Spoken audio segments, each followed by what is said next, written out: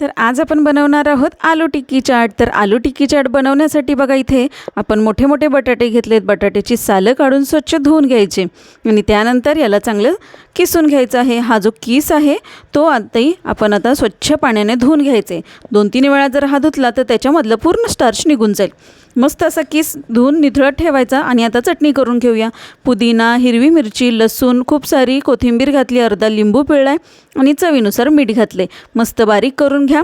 4 चमचे दही घेऊन चांगलं फेटून घेतले, त्यामध्ये ही चटणी घातलेली आहे बघा। मस्त मिक्स करा, 1 नंबर चटणी लागते। आणि त्यानंतर आपण जो किस घेतला होता त्यामध्ये लाल तिखट, मीठ आणि कॉर्नफ्लोअर घालून घ्यायचं आहे। सर्व एकत्र मिक्स करायचं।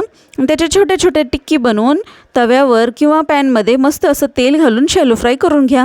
इथं आपल्या टिक्की तयार आहे। त्याच्यावर दही, हिरवी चटणी, खजूर चटणी आणि मस्त असं शेव, बुंदी वगैरे टाकायची, चाट मसाला टाकायचा आणि मस्त अशी आपली चाट तयार आहे।